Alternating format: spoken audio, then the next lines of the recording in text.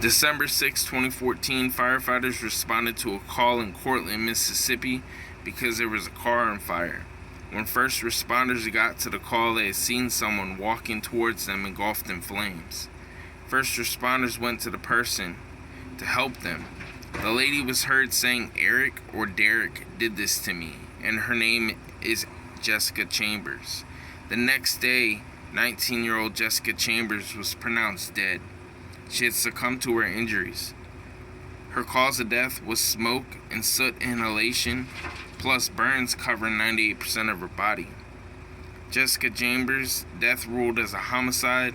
She drove a black Kia Rio, according to investigators. Jessica Chambers and her car was doused in fuel, then set ablaze. The black Kia Rio got so hot the car turned white. The detectives on the case questioned all the people close to Jessica, even ex-boyfriends. They were ruled out. Even though Jessica Chambers was badly burned and it was hard for anybody to 100% understand what she was saying, detectives still had to look into the Eric or Derek because first responders heard her say one of these two names. Detectives started looking into all the Erics and Dereks in the area. One man popped up, Cortland man Derek Holmes. He was convicted of child exploitation of children in 2012. When detectives learned of his alibi, it checked out. He was at home when the murder of Jessica Chambers occurred. Quotations: his mother had a medical issue, and I'm telling you, he was at the house rubbing his mother's feet at the time Jessica was burning in her vehicle, end quote, said Agent Douglas. Eventually, all the Erics and Dereks were exhausted. The Clarion Ledger got an email from a man in Iowa who said they know who killed Jessica. A female friend of his heard her boyfriend say he was involved in a homicide in Panola County, Mississippi. The girlfriend searched news articles in the Panola County area on Google and found an article talking about Jessica Chambers' murder. Her boyfriend was in the area when her murder occurred. Detectives went to Iowa to track down the man who was allegedly involved in a drive-by shooting the night before Jessica Chambers' murder. Police ruled him out as a suspect.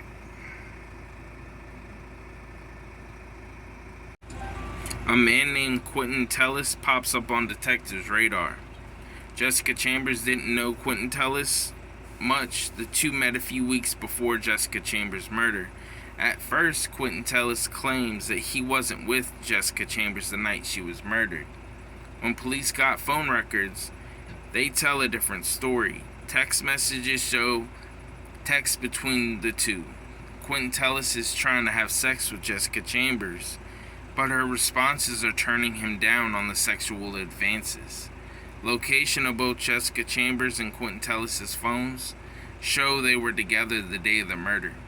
Also, Quinton Tellis' sister lives a short few-minute walk from the crime scene. There is surveillance video showing Quinton Tellis driving his sister's car to a storage shed the night of the murder, and that storage shed had gas cans in it.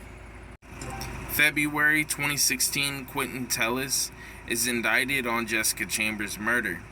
There is no direct evidence to prove Quinton Tellis killed Jessica Chambers. The court was relying on circumstantial evidence. October 10, 2017 was the first day of trial. The trial lasted until October 16, 2017. There was a strange outcome in the first trial. The jury tells the judge they had a verdict as not guilty. Another juror spoke up and said, "This is not my verdict." The judge tells the jury to go back and deliberate more because the verdict has to be unanimous. The jury goes back and then comes back and says they couldn't come up with a unanimous decision. So the outcome was a hung jury, which made the judge rule a mistrial. Not even a year later, the state tried Quinton Tellis again for the murder of Jessica Chambers. The second trial comes to the same conclusion as the first, a hung jury. Quinton Tellis isn't a free man though. Not long after the murder of Jessica Chambers, Quinton Tellis went to Monroe, Louisiana. While there, an exchange student, 34-year-old Mandy, as everybody knew her, was murdered on July 29, 2015. This happened 7 months after Jessica Chambers was murdered.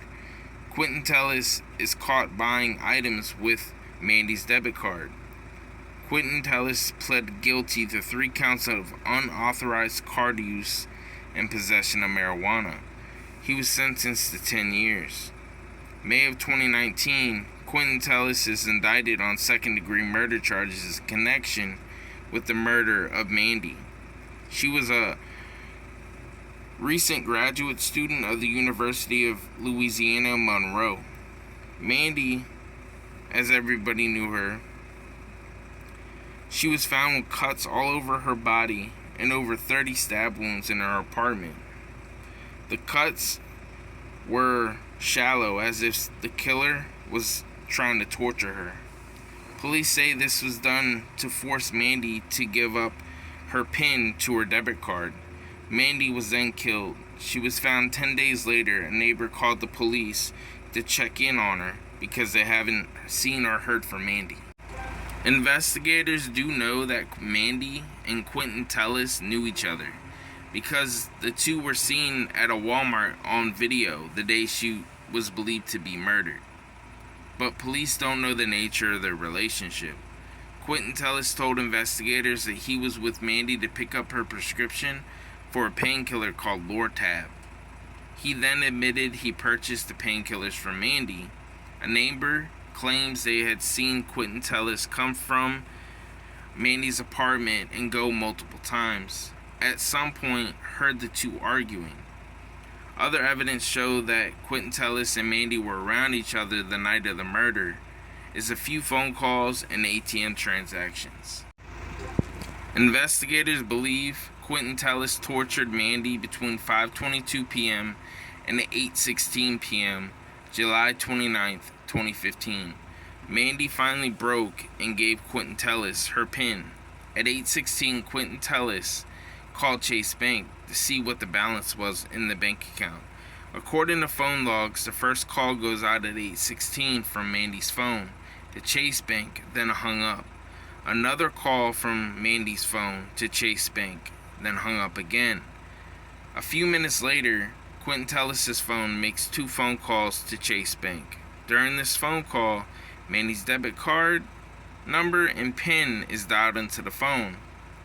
Records show when the calls were made, Quinton Tellis' phone was around 60 meters from Mandy's apartment. Quinton Tellis gives Mandy's Chase debit card to his mother-in-law's neighbor and told them to withdraw $2,000. The neighbor took the card but ultimately didn't withdraw any money. On August 1st, 2015, someone withdrew $400 from an ATM in Vicksburg, Mississippi. Come to find out, Quinton Tellis was in the area of Vicksburg according to his phone logs. Fast forward to 2022, officials said that Quinton Tellis will not face trial for the murder of Mandy, a university student of Louisiana Monroe graduate.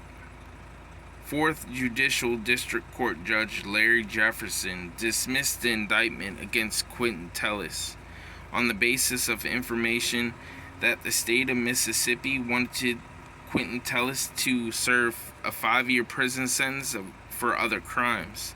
The Second Circuit Court of Appeal will decide whether or not Quinton Tellis stands trial in the future date after he serves his sentence in Mississippi. Quinton Tellis is currently serving time at Marshall County Correctional Facility.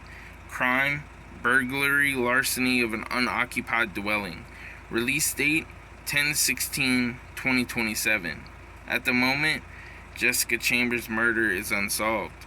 I only say that because nobody has been convicted, even though many can guess and know who brutally murdered 2 innocent women.